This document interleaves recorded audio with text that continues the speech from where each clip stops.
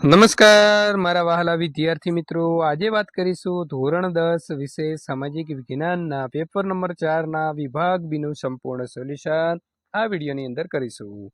વિદ્યાર્થી મિત્રો, 5 પ્રેક્ટિસ પેપરનું સંપૂર્ણ સોલ્યુશન મેળવવા માટે ચેનલનું સબસ્ક્રાઇબનું બટન દબાવી બાજુમાં આપેલી બેલ આઇકોન દબાવી દેજો, જેથી કરીને જ્યારે પણ અમે વિડીયો અપલોડ કરીએ ત્યારે સૌથી પહેલાં તમને મળી રહે। તો વિદ્યાર્થી મિત્રો, આપણે વાત કરીશું પેપર 4 વિભાગ બી। એ પહેલાં જે તમારે આ ધોરણ 10ની અંદર બીજા સાથી મિત્રો અભ્યાસ કરી રહ્યા છે તેમને વિડીયો શેર કરવા માટે નીચે આપેલું શેર બટન ઉપર ક્લિક કરી તેમને વોટ્સએપ દ્વારા અથવા ઇન્સ્ટાગ્રામ દ્વારા અથવા તો મિત્રો મેસેજથી પણ આ વિડીયોની લિંક શેર કરી શકો છો, જેથી કરીને તેઓ પણ આ વિડીયોનો લાભ મેળવી શકે। નીચે આપેલા 13 પ્રશ્નોમાંથી કોઈ પણ 9 પ્રશ્નો માગ્યા મુજબ તમારે લખવાના રહેશે। તો 13માંથી 9 પ્રશ્નો પ્રથમ તમારો જ્યારે પેપર આવે છે ત્યારે ચોઈસ કરી લેવાના છે, અને જે તમને સારી રીતે આવડે છે એ પ્રશ્નોનો તમારે ચોઈસ કરવાનું રહેશે। પહેલો પ્રશ્ન આપણે અહીં છે કે આપણે નદીને લોકમાતાનું બિરુદ આપ્યું છે શા માટે, અથવા તો પ્રાકૃતિક વારસાના એક અંગ તરીકે નદીઓનું મહત્વ સમજાવો। આ બેમાંથી કોઈ પણ એક પ્રશ્ન પૂછાય તો તમારે આ પ્રકારે જવાબ લખવાનો છે કે પ્રાચીન ભારતની સંસ્કૃતિ સિંધુ અને રાવી નદીઓના કિનારે વિકસી હતી। ગંગા, યમુના, નર્મદા, ગોદાવરી, કૃષ્ણા, કાવેરી વગેરે નદીઓએ ભારતના લોકજીવનને સમૃદ્ધ બનાવવા માટે બહુમૂલ્ય ફાળો આપ્યો છે। નદીઓ પીવાનું, ઘર વપરાશનું અને ઉદ્યોગો માટેનું પાણી તેમજ સિંચાઈ, વીજળી, જળમાર્ગ જેવી મહત્વની જરૂરિયાતો પૂરી પાડવામાં મુખ્ય ફાળો આપી રહ્યા છે। માટીના વાસણો, મકાનો અને લીપણ માટે તથા ઉદ્યોગોના વિકાસ માટે નદીઓ પાણી પૂરું પાડે છે। પ્રાચીન કાળથી નદીઓને મિત્રો ઉષા અને સંધ્યાના ભૂમિ દ્રશ્યો દ્વારા સુંદર પ્રાકૃતિક વારસો આપ્યો છે। આમ નદીની વિવિધ લક્ષી ઉપયોગિતાના કારણે આપણે નદીને લોકમાતાનો બિરુદ આપ્યો છે। પ્રશ્ન નંબર 26, પ્રાકૃતિક અને સાંસ્કૃતિક વારસા વચ્ચેનો તફાવત સ્પષ્ટ કરો। હવે મિત્રો આપણે પ્રથમ વાત કરીશું ભારતનો પ્રાકૃતિક વારસો।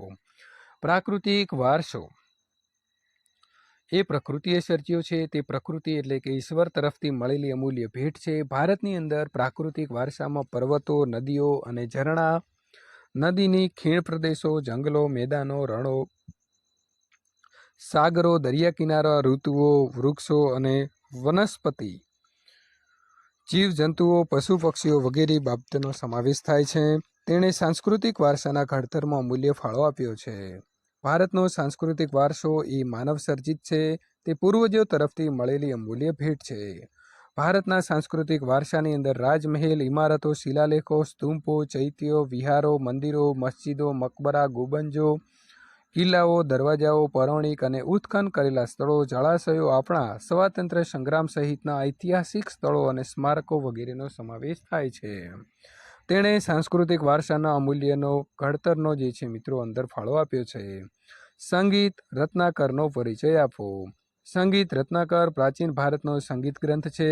સંગીત શાસ્ત્રના તજજ્ઞ પંડિત સારંગદેવે તેની રચના કરી છે। તેઓ દેવગિરી, દૌલતાબાદમાં રહ્યા હોવાથી ઉત્તર ભારત અને દક્ષિણ ભારતની અંદર સંગીત તર્યા પરિચિત હતા। પંડિત વિષ્ણુ નારાયણ ભાતખંડે સંગીત રત્નાકરને સંગીતનો સૌથી વધારે પ્રમાણભૂત જે છે ગ્રંથ ગણાવે છે।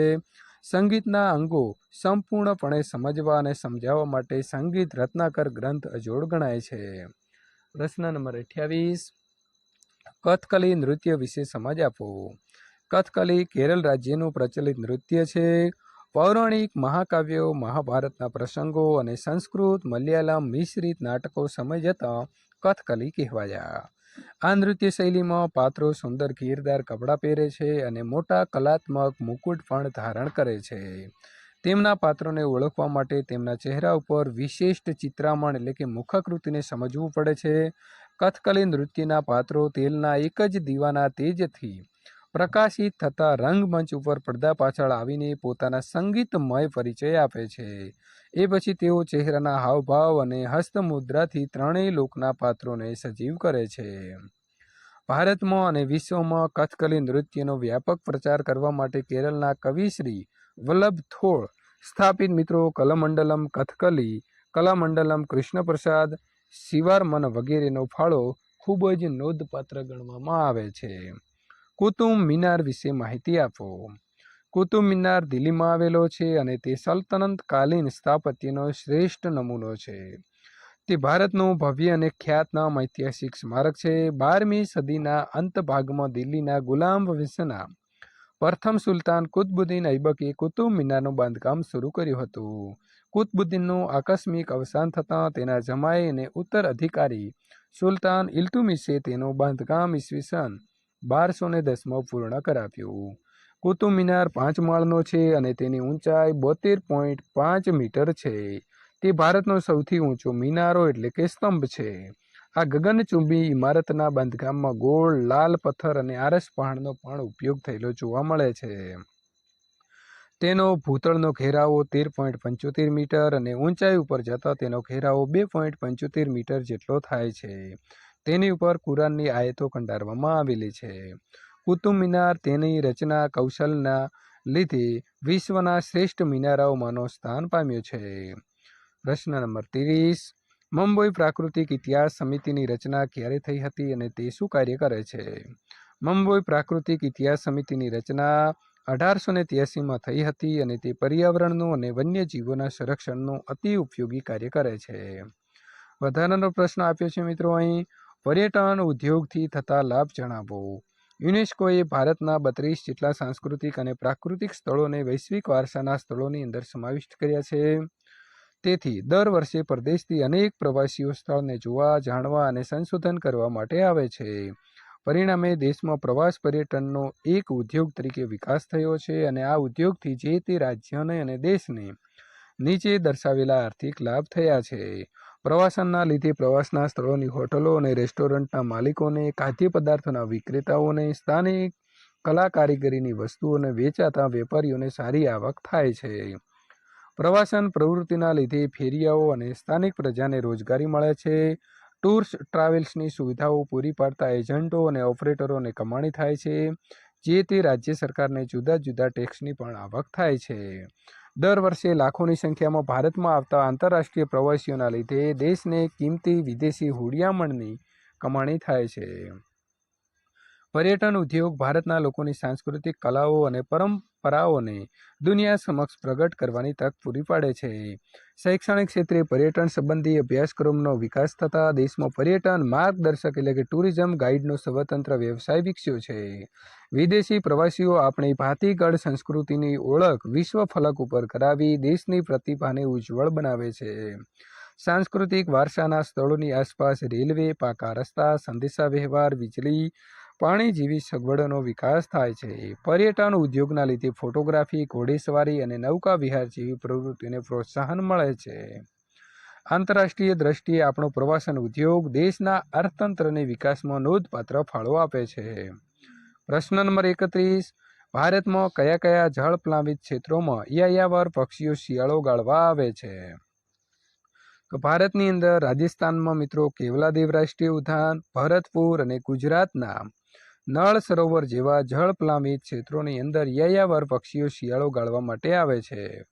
પ્રશ્ન નંબર 32. લોખંડના મુખ્ય પ્રાપ્તિ સ્થાનો જણાવો. ભારતમાં સૌથી વધુ લોખંડ કર્ણાટક રાજ્યમાંથી મળે છે અને તે પછી ક્રમશઃ ઓડિશા, ઝારખંડ, છત્તીસગઢ અને આંધ્રપ્રદેશમાંથી મળે છે. તદુપરાંત ગોવા, રાજસ્થાન, તમિલનાડુ, મહારાષ્ટ્ર, મધ્યપ્રદેશ, કેરળ, ઉત્તર પ્રદેશ, અસમ વગેરે રાજ્યોમાંથી પણ લોખંડ મળે છે. તફાવત આપો. કુદરતી ગેસ અને ગોબર ગેસ. તો કુદરતી વાયુની અંદર મિત્રો આવશે કુદરતી વાયુ ખનિજ તેલમાંથી કુદરતી રીતે છૂટો પડેલો વાયુ છે. તે એક પરંપરાગત ઉર્જા સ્ત્રોત છે. તે ખલાસ થઈ ગયા પછી તેનું નવીનીકરણ થઈ શકતું નથી. તેના ઉત્પાદન એકમો બહુ મોટા હોય છે અને તેમાં કરોડો રૂપિયાનું રોકાણ કરવું પડે છે. તેનો ઉપયોગ વેપારી ધોરણે થાય છે અને તે વિદ્યુતના ઉત્પાદન કરવા, રાસાયણિક ખાતરો બનાવવા, વાહનો અને કારખાનાઓ ચલાવવા તથા ઘરની અંદર બળતણ તરીકે વપરાય છે. ગોબર ગેસ જે છે તે છાણને બેક્ટેરિયાની મદદથી કોહડાવીને મેળવાતો વાયુ છે. તે એક બિનપરંપરાગત ઉર્જા સ્ત્રોત છે. તે ખલાસ થઈ ગયા પછી નવેસરથી બનાવી શકાય છે. તેના ઉત્પાદનના એકમો ઘણા નાના હોય છે અને તેમાં ઘણી ઓછી મૂડી રોકવી પડે છે. તેનો ઉપયોગ બિનવેપારી ધોરણે થાય છે. તેનો ઉપયોગ મુખ્યત્વે ઘરગથ્થુ બળતણ તરીકે પણ થાય છે. પ્રશ્ન નંબર 34. ભારતમાં જહાજ બાંધવાનો મુખ્ય કેન્દ્રો કેટલા છે અને કયા કયા? તો ભારતમાં જહાજ બાંધવાના મુખ્ય 5 કેન્દ્રો છે: વિશાખાપટ્ટનમ, કલકત્તા, રાંચી, મુંબઈ અને મારમ ગોવાની અંદર જહાજ બાંધવામાં આવે છે. પ્રશ્ન નંબર 35, પર્યાવરણીય અતિક્રમણ એટલે શું? ભૂકંપ, જ્વાળામુખી વિસ્ફોટ, દાવાનળ, ભૂપ્રપાત, પૂર, ચક્રવાત, સુનામી જેવા કુદરતી પરિબળો અને માનવ સર્જિત કારણોની અસરથી પર્યાવરણના જળ, જમીન અને વાયુ પ્રદૂષિત થઈ પર્યાવરણની ગુણવત્તામાં ઘટાડો થવાની ઘટનાને બંધારણીય પર્યાવરણીય અતિક્રમણ કહેવાય છે. પ્રશ્ન નંબર 36, લઘુમતીઓના કલ્યાણ અને વિકાસ માટે કઈ કઈ બંધારણીય જોગવાઈ કરવામાં આવી છે? તો લઘુમતીઓના કલ્યાણ અને વિકાસ માટેનું બંધારણીય જોગવાઈ આ પ્રમાણે છે: ભારતના બંધારણે દેશની બધી જ લઘુમતીઓને બહુમતીઓના જેટલા જ અને જેવા જ હકો સમાન ધોરણે ભોગવવાના અધિકાર આપ્યા છે. લઘુમતીઓના અધિકારો, હિતો, કલ્યાણ અને વિકાસ માટે ભારત સરકારે રાષ્ટ્રીય લઘુમતી પંચની રચના કરી છે. આ ઉપરાંત ભારતમાં ખાસ કરીને મુસ્લિમ લઘુમતી માટે સરકારે મુસ્લિમ પર્સનલ લો બનાવ્યો છે. એ કાયદા દ્વારા સરકાર મુસ્લિમ કોમના હિતોનું રક્ષણ કરે છે. ધાર્મિક સ્વતંત્રતાના મૂળભૂત હક મુખ્યત્વે ધાર્મિક લઘુમતીઓને ખાતરી આપે છે. તેઓ પોતાના ધર્મના પ્રચાર, પ્રસાર અને પ્રોત્સાહન માટે પ્રયત્નો કરવા સ્વતંત્ર છે. કાયદો બળપૂર્વક કરેલા ધર્માંતરને માન્ય રાખતો નથી. સરકારી આર્થિક સહાય લેતી કોઈ પણ શિક્ષણ સંસ્થામાં ધાર્મિક શિક્ષણ આપી શકાતું નથી. તમામ ધાર્મિક સમુદાયો પોતાના ધર્મને વ્યવસ્થાપન અને ધાર્મિક પ્રવૃત્તિઓ માટે સંપત્તિ કે દાન મેળવવાનો તેમજ તેની દેખભાળ કરવાનો અધિકાર ધરાવે છે. સાંસ્કૃતિક અને શૈક્ષણિક હક દ્વારા મળેલા અધિકારો મુજબ લઘુમતીઓ પોતાની ભાષા, લિપિ અને સંસ્કૃતિનું સંરક્ષણ કરી શકે છે. લઘુમતીઓને ધર્મ, વંશ, જાતિ, રંગ કે ભાષાના કારણે સરકારી સહાય મેળવતી કોઈ પણ સંસ્થામાં પ્રવેશતા અટકાવી શકાશે નહીં. સમાજના બધા વર્ગોને પોતાની પસંદગી પ્રમાણે ભાષા અને લિપિને જાળવવા અને તેનો વિકાસ કરવા તેમજ પોતાની સંસ્કૃતિનું રક્ષણ અને સંવર્ધન કરવા માટે શૈક્ષણિક સંસ્થાઓ અને તેમનું સંચાલન કરવાનો અધિકાર છે. પ્રશ્ન નંબર 37, આતંકવાદની આર્થિક અસરો જણાવો. આતંકવાદની આર્થિક અસરો આ પ્રમાણે છે: આતંકવાદની મુખ્ય આર્થિક અસરો પહેલી જોઈએ તો આતંકવાદથી જે તે પ્રદેશના વેપાર ધંધાના વિકાસ રૂંધાય છે. લોકોને વેપાર, રોજગાર તથા અન્ય પ્રદેશમાં સ્થળાંતર કરવું પડે છે. આતંકવાદીઓની માદક દ્રવ્યોની હેરાફેરીના લીધે તેમજ તેમના આંતરિક સંબંધોના કારણે દેશમાં કાળું નાણું ઠલવાય છે. તેથી દેશમાં સામાજિક અને આર્થિક સમસ્યાઓ ઉત્પન્ન થાય છે. કેટલાક આતંકવાદી સંગઠનો વેપારીઓ, કર્મચારીઓ અને શ્રીમંત વેપારીઓ પાસેથી ડરાવી, ધમકાવી તેમજ અપહરણ કરીને નાણાં પડાવે છે. આતંકવાદથી પોતાની જાનમાલની ખુવારી કરે એવા ભયથી એ પ્રદેશમાં ધંધો કે ઉત્પાદન પ્રવૃત્તિ માટે લોકો જવા માટે તૈયાર થતા નથી. આતંકવાદી પ્રદેશના લોકો અન્ય વિસ્તારોમાં ધંધાર્થે જાય છે, પરંતુ રોજીરોટી નહીં મળવાના કારણે તેઓ નશીલા પદાર્થોનું સેવન કરે છે. ક્યારેક ચોરી, લૂંટફાટ જેવી અસામાજિક પ્રવૃત્તિ પણ કરે છે. આતંકવાદ સામે લોકોને સલામતી અને સુરક્ષા પૂરી પાડવા સરકારને કરોડો રૂપિયા ખર્ચવા પડે છે. તેથી એ પ્રદેશની અંદર વિકાસના કામો ઓછા પ્રમાણમાં થાય છે. સરકારે બાંધેલા અનેક બાંધકામો જેવા કે રસ્તા, પુલ, બંધ, રેલવે, મોટી ઇમારતો વગેરેને બોમ્બ વિસ્ફોટથી નાશ કે નુકસાન થવાનાથી કરોડો રૂપિયાનું નુકસાન થાય છે અને એ બાંધકામના પુનઃનિર્માણ કે સમારકામમાં સરકારને કરોડો રૂપિયા ખર્ચવા પડે છે. તેથી એ પ્રદેશના વિકાસ યોજનાઓ સમયસર પૂરી થઈ શકતી નથી કે નવી યોજનાઓ હાથ ધરી શકાતી નથી. આતંકવાદના પરિણામે રાષ્ટ્રના અને રાજ્યના પરિવહન અને પ્રવાસન ઉદ્યોગને આર્થિક નુકસાન થાય છે. આતંકવાદી પ્રવૃત્તિની માઠી અસર જે તે પ્રદેશના ઉદ્યોગ ધંધા અને વાહન વ્યવહાર પર થાય છે. તેથી ત્યાં જીવન જરૂરિયાતોની આવશ્યક ચીજવસ્તુઓની અછત ઊભી થતાં ભાવ વધારો જોવા મળે છે. લાંચ રૂશ્વત અને ભ્રષ્ટાચારની બધી પણ ફેલાય છે. વિદ્યાર્થી મિત્રો, સંપૂર્ણ બીનું સોલ્યુશન પૂર્ણ થાય છે. જો તમે સીનું સોલ્યુશન મેળવવા માંગો છો તો અહીં આપેલી એન્ડ સ્ક્રીન અથવા તો નીચે આપેલી ડિસ્ક્રિપ્શનમાં જે લિંક છે તેના ઉપર ક્લિક કરીને વિદ્યાર્થી મિત્રો ત્યાંથી તમે પેપરનું આગળનું સોલ્યુશન મેળવી શકો છો.